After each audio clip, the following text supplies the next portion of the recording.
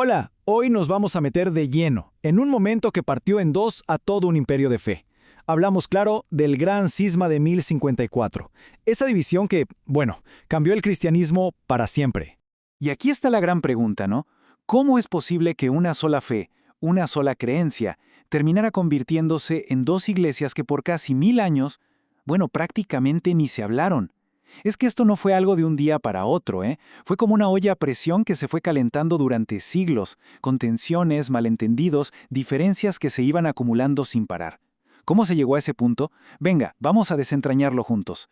A ver, para entender todo este lío, lo primero es imaginarnos que el cristianismo primitivo eran en realidad dos mundos paralelos que vivían bajo el mismo techo. Por un lado, tenías el occidente latino, el centro era Roma, claro, el idioma, el latín, y la autoridad cada vez más se concentraba en una sola persona, el Papa. Pero luego, al otro lado estaba el oriente griego, su capital la imponente Constantinopla. Ahí se hablaba griego y la cosa era distinta. La autoridad no era de uno, sino de un consejo de patriarcas. Así que fíjense, dos mundos, dos idiomas, dos formas totalmente diferentes de ver quién manda, pero en teoría una misma fe. Ahí empieza todo. Y claro, cuando hay dos ideas tan distintas sobre quién tiene la última palabra, pues inevitablemente llegamos al primer gran campo de batalla, la lucha por el poder.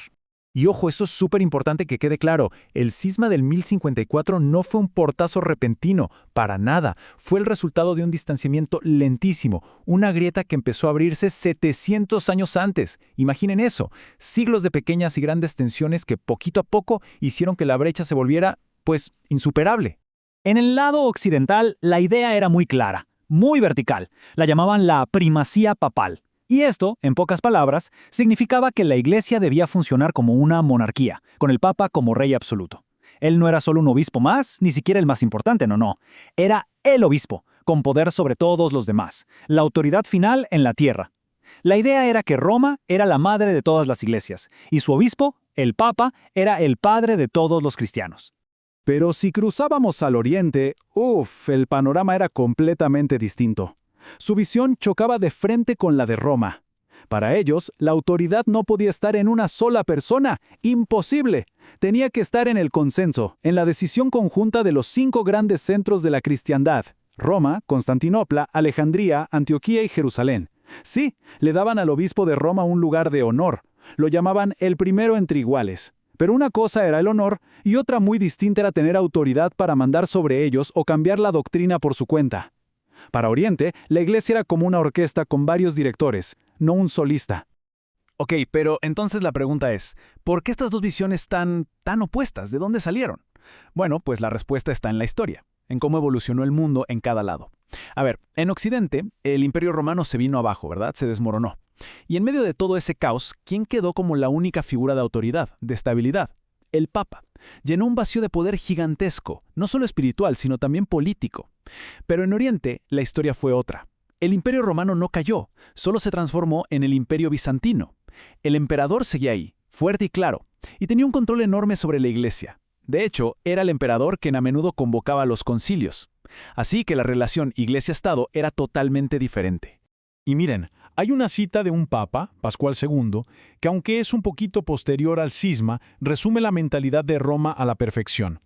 Él dijo algo como, ¿cómo vamos a discutir problemas si uno se niega a obedecer al otro? Ahí está la clave. Desde el punto de vista de Roma, no se podía ni empezar a hablar de teología si Oriente no aceptaba primero la regla número 1. El papa tiene la autoridad final. Para Roma era un asunto de obediencia. Para Constantinopla era un asunto de defender la tradición de los apóstoles. El diálogo era un diálogo de sordos. Partían de realidades totalmente distintas. Bien, ya vimos la lucha por el poder. Ahora vamos al segundo gran choque, que es casi increíble. Si el poder fue la pelea por la estructura, la teología fue la guerra de ideas. Y lo más loco de todo es que el gran conflicto teológico giró en torno a una sola palabra. Una palabrita que se añadió a la oración más importante de todas. Hablemos del credo niceno, la declaración de fe fundamental. El credo original, el que acordaron todos en los primeros grandes concilios, decía que el Espíritu Santo procede del Padre. Punto. Pero en Occidente, con el tiempo, empezaron a añadirle algo más, una pequeña cláusula en latín, filioque, que significa y del Hijo.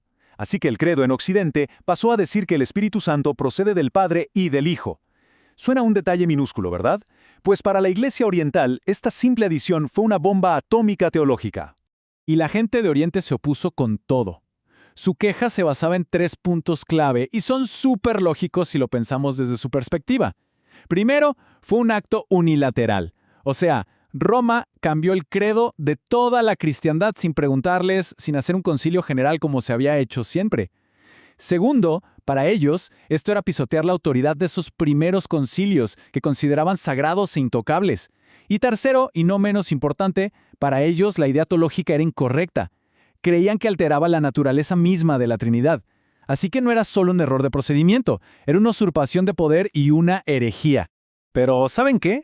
Más allá de las peleas por el poder y las discusiones sobre teología, había algo más profundo pasando. La pura y simple realidad es que Occidente y Oriente se estaban convirtiendo en dos civilizaciones diferentes. Eran como dos hermanos que, aunque nacieron en la misma casa, crecieron y se fueron haciendo tan distintos que ya casi no se entendían. Ya no vivían en el mismo mundo, ni espiritual ni culturalmente. Y esas diferencias se veían en todo, en el día a día de la fe. A ver, piensen en esto. En Roma, la misa era en latín. En Constantinopla, en griego. Los de Occidente usaban pan sin levadura para la comunión, como una galeta.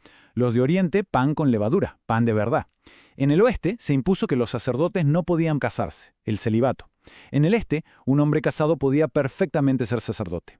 Y ya ni hablemos de la relación iglesia-estado, que era como la noche y el día. Eran un montón de pequeñas y grandes cosas que sumadas demostraban una verdad incómoda. Ya no iban por el mismo camino. Y así, todos estos hilos de conflicto, el poder, la doctrina, la cultura, se fueron tensando más y más hasta que, finalmente, convergieron en un solo momento. Un punto de quiebre, un instante dramático que iba a hacer oficial una ruptura que, en realidad, llevaba siglos preparándose. 1054. Esa es la fecha, el año que todos los libros de historia marcan como el momento del gran cisma. Aunque, como ya hemos visto, fue más bien como firmar los papeles del divorcio de un matrimonio que ya llevaba años rostro. El acto final de esta tragedia fue de película. ¿De verdad? Imaginen la escena. Una delegación del Papa llega a Constantinopla, liderada por el cardenal Humberto. Un tipo, dicen, de carácter muy fuerte, que no hablaba ni una pizca de griego y veía las costumbres orientales, como que los curas se casaran, como una pura corrupción. El diálogo con el patriarca de allá, Miguel Cerulario, que tampoco era precisamente un hombre dócil, fue un desastre total. Y el 16 de julio de 1054, en un acto de arrogancia tremendo, Humberto entra en la iglesia más sagrada de Oriente, Santa Sofía, se va directo al altar y ¡zas!, deja ahí la carta que excomulgaba al patriarca. La respuesta, por supuesto, fue igual de contundente. El patriarca excomulgó a Humberto y a toda su gente. Y con eso, la puerta se cerró, de golpe. Pero es clave ver esto en perspectiva, en una línea de tiempo. Las tensiones empezaron por allá en el siglo IV. Luego, en el siglo IX, hubo un mini cisma, el de Focio, que fue casi un ensayo general de lo que pasaría en 1054. Luego llega el 1054, el quiebre oficial. Y después, un silencio de casi 1000 años. No fue hasta 1965, en un gesto que conmovió al mundo, que el Papa Pablo VI y el patriarca Atenágoras se encontraron y, simbólicamente, levantaron esas excomuniones de hacía 900 años. Fue un paso gigante, sí, pero no fue el final de la división. Y es que aquí está el meollo del asunto, porque a pesar de los abrazos y los gestos de buena voluntad, el problema de fondo, la raíz de la separación, sigue ahí, intacta. Esa pregunta fundamental que lo empezó todo todavía no tiene una respuesta común. ¿Quién tiene la autoridad final en la Iglesia? ¿El Papa como un monarca o un concilio de obispos como un cuerpo colegiado? Esa sigue siendo la gran muralla que los separa. Entonces, para resumir, podemos decir que hubo como 3 grandes fallas tectónicas que partieron el cristianismo. Primero, la lucha por el poder, la idea de un papa supremo contra un concilio de iguales. Segundo, la doctrina, la pelea por el filioque, que en el fondo era una pelea sobre quién tenía el derecho de cambiar las reglas del juego. Y tercero, la cultura, 2 mundos que simplemente dejaron de hablar el mismo idioma, literal y figuradamente. Y todo esto nos deja con una pregunta final, para que nos quedemos pensando, hoy que esas viejas condenas ya no existen, que hay diálogo y respeto, ¿qué es lo que realmente impide la unidad total? ¿Son diferencias de fe que ya son imposibles de reconciliar o sigue siendo como lo fue hace 1000 años una cuestión de poder? Una cuestión de quién cede y quién manda. Ahí se las dejo, y nos vemos hasta la próxima. Y no olvides dar me gusta y suscribirte a nuestro canal.